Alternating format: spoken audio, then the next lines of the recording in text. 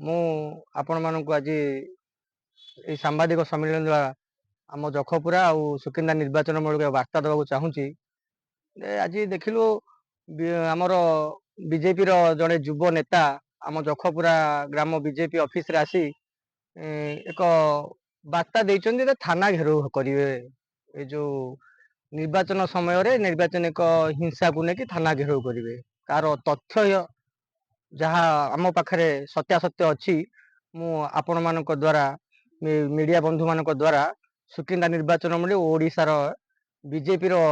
ସବୁ ଯେଉଁ କାର୍ଯ୍ୟକର୍ତ୍ତା ଅଛନ୍ତି ସେମାନଙ୍କୁ ସଚେତନ କରିବାକୁ, ଖାସ କରି ବିଜେପିର କାର୍ଯ୍ୟକର୍ତ୍ତାକୁ ସଚେତନ କରିବାକୁ ସୁକିନ୍ଦା ନିର୍ବାଚନ ମଣ୍ଡଳୀ ଆପଣମାନଙ୍କୁ ଡାକିଲି।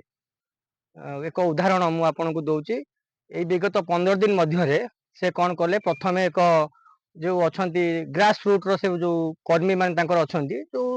ଯାହାର ଏପର୍ଯ୍ୟନ୍ତ କୌଣସି ମାନେ ଛୋଟ ଛୋଟ ଛୁଆ ଯେଉଁ ଫାଷ୍ଟ ଭୋଟର ହେବେ ସେମାନଙ୍କୁ ୟୁଟିଲାଇଜ କେମିତି ପ୍ରପରଲି କରୁଛନ୍ତି। ବୟସ୍କ ଯେଉଁମାନେ ଆମର ଅଛନ୍ତି ମାନେ ବିଜେପିର ନେତୃମଣ୍ଡଳୀ ସେମାନଙ୍କୁ ପ୍ରପର ୟୁଟିଲାଇଜ କରୁଛନ୍ତି। ମଦ ଆଉ କିଛି କିଛି ପଇସା ଦେଇକି ସେମାନେ ତାକୁ କ'ଣ କରୁଛନ୍ତି ନା ତାଙ୍କର ଗୋଟେ ଏଜେଣ୍ଡା, ସେ ଯୋଉଠି ଯିଏ ଅଛ ଟିକେ କମେଣ୍ଟ କର, କମେଣ୍ଟ କରିକି ତାକୁ ଗୋଟେ ଇସ୍ୟୁ କ୍ରିଏଟ କରୁଛନ୍ତି। ତ ସେଇଥିପାଇଁ ମୁଁ ଆଜି ପ୍ରେସ୍ ମିଟ୍ ଡାକିବାର ମୁଖ୍ୟ ଉଦ୍ଦେଶ୍ୟ, ବିଜେପିର କର୍ମୀମାନଙ୍କୁ ମୁଁ ଅନୁରୋଧ କରୁଛି ତାଙ୍କ ଦଳରେ ଯେଉଁ ଅଛନ୍ତି ନେତୃମଣ୍ଡଳୀ ତାଙ୍କୁ ଚିହ୍ନି ରଖନ୍ତୁ, ତାଙ୍କୁ ଭଲସେ ତାଙ୍କର କ'ଣ ଏଜେଣ୍ଡା ଚାଲିଛି। ଏଠି ନିର୍ବାଚନ ଗୋଟେ ପର୍ବ, ସେଥିରେ କେମିତି ଆମେ ନିଜକୁ ଏ ପର୍ବରେ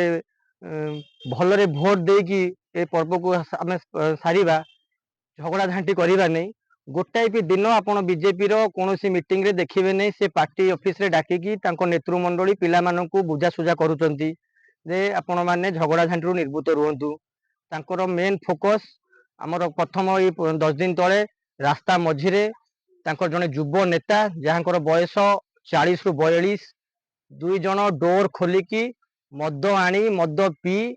ଆମ ଯଖପୁରା ଗ୍ରାମର ଗାଁ ମିଡିଲରେ ମା ଭଉଣୀ ମାନଙ୍କ ନାଁରେ ଅସଭ୍ୟ ଭାଷାରେ ଗାଳି ଗୁଲଜ କରି ଏକ ରାଜନୈତିକ ହିଂସା ତିଆରି କରିବାକୁ ପ୍ରଚେଷ୍ଟା କରିଥିଲେ,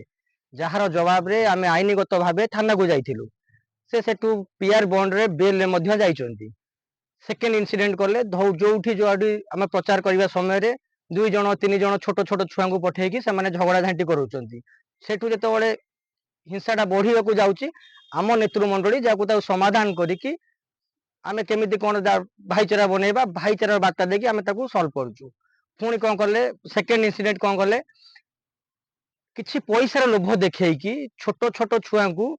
ଯେଉଁମାନେ ଅଛନ୍ତି ତମେ କ'ଣ ପାଇଲ, ଚାକିରି କୋଉଠି ପାଇଲ, ବାପ ପୁଅ 35 ବର୍ଷ ସରକାର, ଏଇଭଳିଆ ମିଛ ପ୍ରଲୋଭନ ଦେଖେଇକି ତାଙ୍କୁ ଗୋଟେ 30,000 50,000 ଦେଇକି ବିଜେପିରୁ ବିଜେଡିରୁ ବିଜେପିକୁ ନେଉଛନ୍ତି। ତାପରେ ତାକୁ ଏମିତି ଗୋଟେ ସିନ୍ କ୍ରିଏଟ କରୁଛନ୍ତି। ଭବିଷ୍ୟତରେ ଆପଣମାନଙ୍କ ଦ୍ୱାରା ଆମେ ଜଣେଇ ଦେବାକୁ ଚାହୁଁଛୁ, ଯଦି ଯଖପୁରା ଗାଁରୁ କିମ୍ବା ଏ ଆଖପାଖରେ ଏମିତି କିଛି ଇନସିଡେଣ୍ଟ ହୁଏ କି, ଏଇ ତ ଆରମ୍ଭ ହେଉଛି ମାତ୍ର, ମାନେ ଏଇ ଆରମ୍ଭରୁ ଆମେ ତାକୁ ନ ରୋକିମୁ, ଇଏ ଗୋଟେ ବହୁତ ବଡ଼ ରୂପ ନେବ ଆଉ ସେ ତାଙ୍କ ଏଜେଣ୍ଡାରେ ସଫଳ ହେଇଯିବେ। ସେଥିରେ ଜଣେ ଯୁବ ନେତା ଯିଏ ସୁକିନ୍ଦାର ଆସିକି ବହୁତ ବଡ଼ ବଡ଼ ଆଗ୍ରେସିଭ ଭାଷଣ ଦଉଛନ୍ତି, ଆପଣ ଦେଖିପାରୁଥିବେ ତାଙ୍କର କୌଣସି କଥାବାର୍ତ୍ତା କହିବାର ଶୈଳୀ ବି ସେ ଶିଖି ନାହାନ୍ତି, ଜାଣି ନାହାନ୍ତି। ମୋ ହିସାବରେ ଯଦି ଗୋଟେ ଲୋକକୁ ତା ଯେମିତି କଥା ଓଜନ ହିସାବରେ ଭୋଜନ କରିବା ଦରକାର, ଯୋଉ ହିସାବରେ ତାଙ୍କ ଯୋଉ ଲେବୁଲ ଅଛି ସେଇ ହିସାବରେ ତାଙ୍କୁ ପାୱାର ଥାନ୍ତା, ମାନେ ସେଇ ଚେୟାରଟା ତାଙ୍କ ପାଇଁ ଗ୍ରହଣୀୟ ନୁହେଁ। ସେ ଯୋଉ ଭଳିଆ ଭାଷା ଯୋଉ ଭଳିଆ ହିସାବରେ ଏଗ୍ରେସିଭଲି କଥା ହଉଛନ୍ତି, ତାଙ୍କୁ ସେଟା ମୋ ହିସାବରେ ଶୋଭା ପାଉନି। କେମିତି କ'ଣ ମାନେ ଆପଣ ତାଙ୍କ ସ୍ୱଭାବ ଦେଖନ୍ତୁ, ତାଙ୍କ ଚିରାଚରିତ୍ର, ତାଙ୍କ କ୍ୟାରେକ୍ଟରଟା ଦେଖନ୍ତୁ। ସେ ସବୁବେଳେ ହିଂସାତ୍ମକ ଭାବେ ଗଣ୍ଡଗୋଳକୁ ସେ ପୁରା ମାନେ ତାଙ୍କର ସୁକିନ୍ଦାରେ ଭୋଟ ନାହିଁ, ସେ ଦେଖୁଛନ୍ତି ଆମେ ହାରିବାକୁ ଯାଉଛୁ। କଳେ ବଳେ କୌଶଳେ ତାଙ୍କର ଗୋଟେ ପ୍ଲାନ୍। ମୁଁ ଏଇ ପ୍ଲାନରେ ଆମର ବିଜେଡି ଆଉ ବିଜେପିର ମେନ୍ ଖାସ କରି ବିଜେପିର ଯୋଉମାନେ ଅଛନ୍ତି ଭୋଟର ତାଙ୍କୁ କହୁଛି ଆପଣ ମାନେ ଭୋଟ ଦିଅନ୍ତୁ, ଦଳକୁ ଭଲ ପାଆନ୍ତୁ, ହେଲେ ତାଙ୍କ ପ୍ଲାନର ଶିକାର ହୁଅନ୍ତୁନି। ଆଉ ଆମ ବିଜେଡିର ଆମ ଯୋଉ ଅଛନ୍ତି ଆମ ଖାସ କରି ଯଖପୁରାରେ ଆମର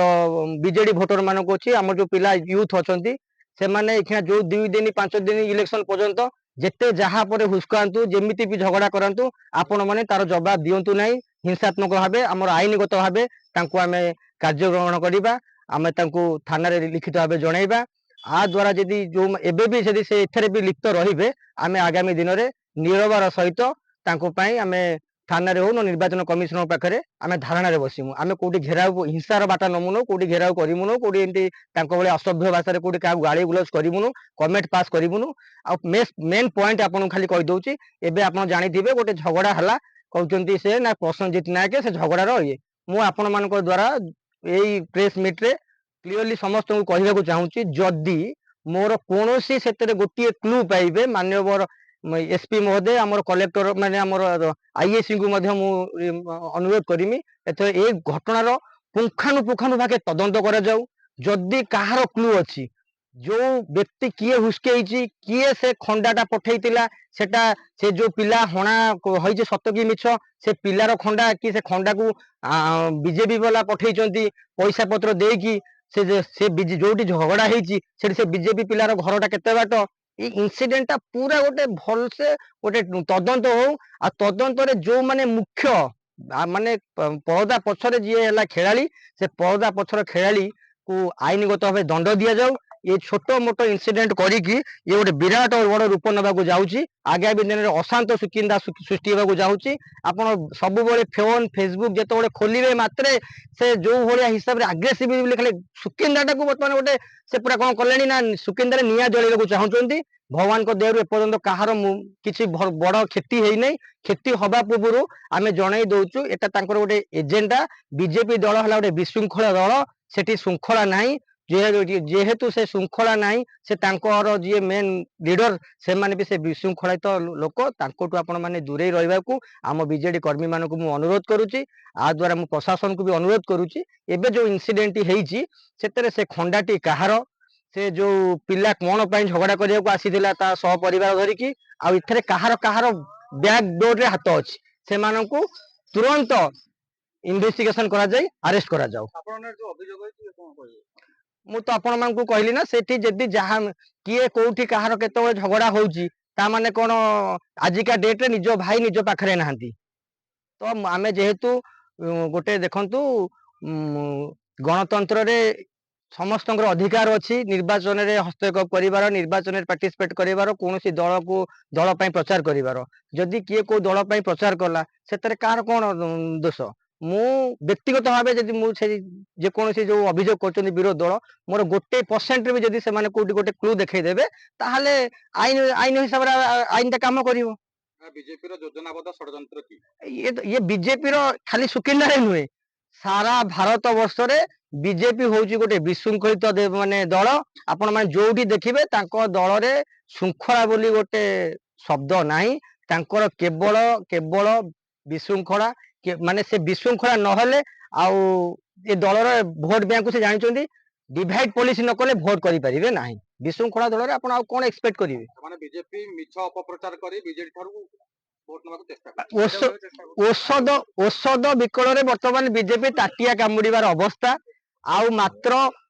केते दिन रहिला 3 रु 4 दिन से देखुचंती तास पत्ता भलिया तांकर समस्त 50 हमर जो 49 पंचायत अछि 49 पंचायत मध्यरु से 6-7 पंचायत छाड़ी देला परे कोनोसी पंचायत रे लीड नहुई ताको मुंडो आ काम करूनी औषध विकल कौन पाइब माने कौन करें से माने बर्तमान ताटिया कामुड़ा आरंभ करदे किसी ना कि गोटे इश्यू देखेबे मु आपन को लेखिकी देमी आपण माने मोर गोटे बॉन्ड पेपर लिखि रखंतु से जो दिन निर्वाचन हाईदेवे बाहुबली नेता